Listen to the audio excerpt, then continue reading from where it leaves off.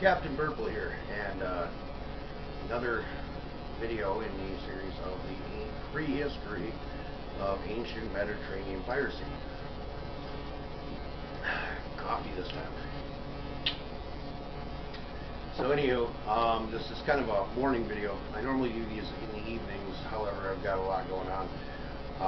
Soon the scenery will change, as well as I'm going to be moving shortly, about a month and a half from now. So I don't know if I'm going to be doing any videos in that time. I'm going to try to, but I can't promise. There may be a few week delay or something on these videos. So keep that in mind. Last video I left off on the Twin Cities in the ancient Mediterranean area that would have a port town built and put up walls to try to eliminate the pirate threat. Well, despite these efforts, the pirate threat actually continued to go on, and really, it actually grew. And going off notes again here. Actually, what happens is men often would join pirate ships. Fishermen would join the same pirate ships that would attack them, and merchantmen and so on and so forth, because piracy offered a means to thrive and be your own man, and it offered the freedom and the excitement and such, much as you see in the movies and whatever. Whereas being a fisherman or a merchantman, unless you were at the top, really wasn't that profitable.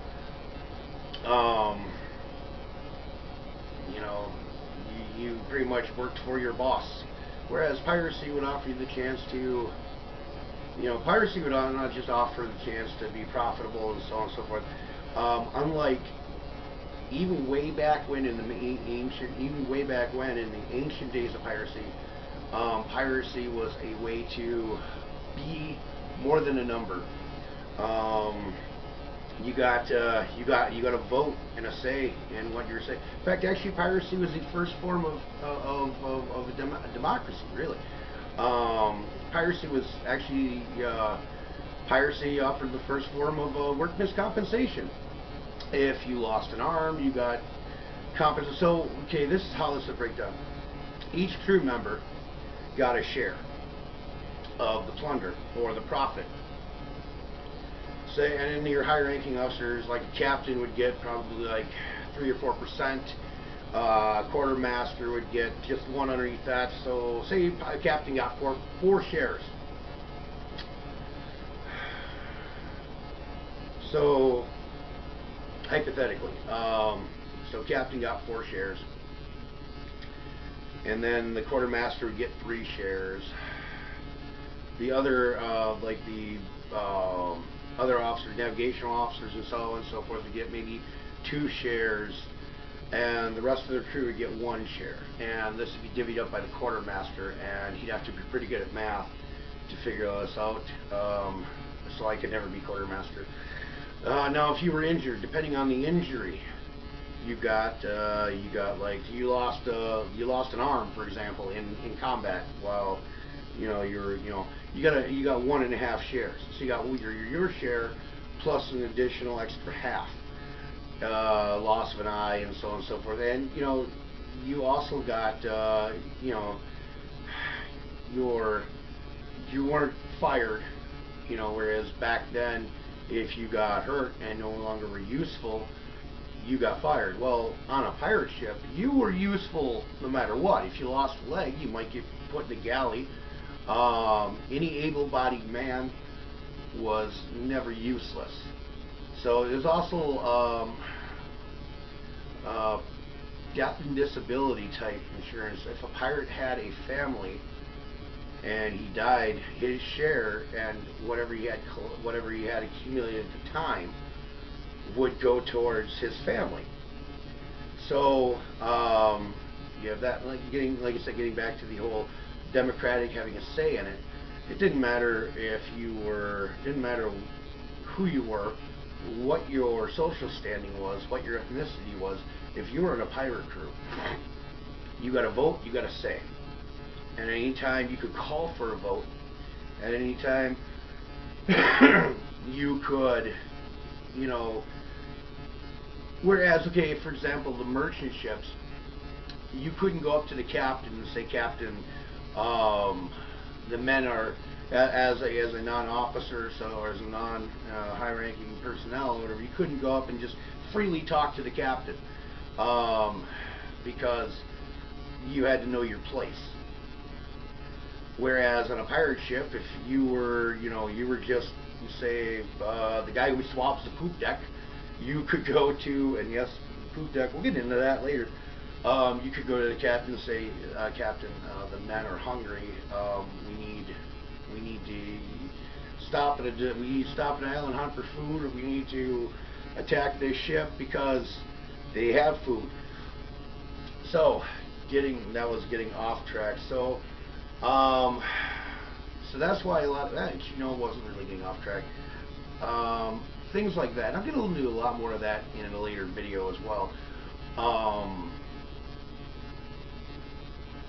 That goes into, that's why so many men would join pirate ships. They would, you know, just want to be freer men in a time when you couldn't, there was no such thing as free enterprise, and you couldn't make a name for yourself. So capitalism. Yes, that's right, I'm conservative. So, these men would join these pirate ships, and basically the areas that had the most profitable piracy, is what I'm reading, is areas that had slave trading. The more, you know, areas such as Crete were known as, you have, there's something about a golden sea. Oh yeah, the areas around Crete, which were famous for slave trade, were known as the Golden Sea. I just have to jog my memory once in a while here. I can go off this, I just have to jog. And it was actually said that, you know, it was actually said in Delos was a very profitable slave trading port. It was said that they could sell up to 10,000 slaves in a day. Now, pirates would generally be the more profitable, the more lucrative the slave trade was in a port, the more profitable it was for piracy. In fact, a lot of pirates would kidnap men and sell them off into slaves in these ports.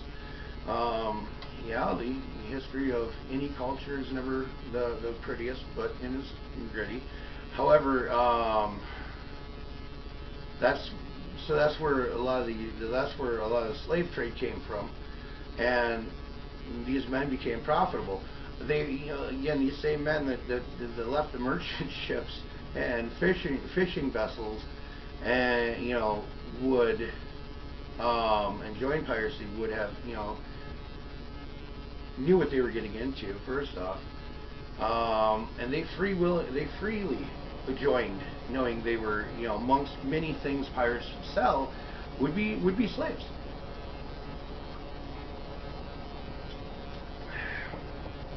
So pretty much, to sum up this video, the pirate threat didn't extinguish. In fact, actually became more lucrative. And this isn't even the end of the Bronze Age and the Golden Age of piracy yet. In fact, actually, this is pretty much the start of the growing expanse of piracy in this ancient Mediterranean area. Yeah, I said that right. Area. Yeah. So, that being said, without rambling on, I'm going to wrap up this video before I get into Egypt and the aspect of Egypt and ancient Mediterranean piracy. So yeah, like I said, I'm going to wrap this up here. Next video, I'll start touching into, I'll get into the ancient Mediterranean piracy within Egypt, and go from there. That it should be another 2 or 3 videos before I get into Greece's involvement with Greece's history of ancient Mediterranean piracy, and then that'll pretty much wrap up the series. So that being said, I hope you enjoyed. Again, if you please like, comment, share, and I always forget one. So if you like me as a performer, please subscribe to my page. Subscribe, that's it.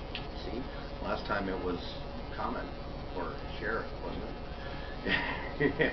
If you like this video, like and share, and please, or comment, whatever, or all 3, whatever. Like, share, comment, go have at her. I'm game. I'm good for it. Again, everybody have a good day, and God bless.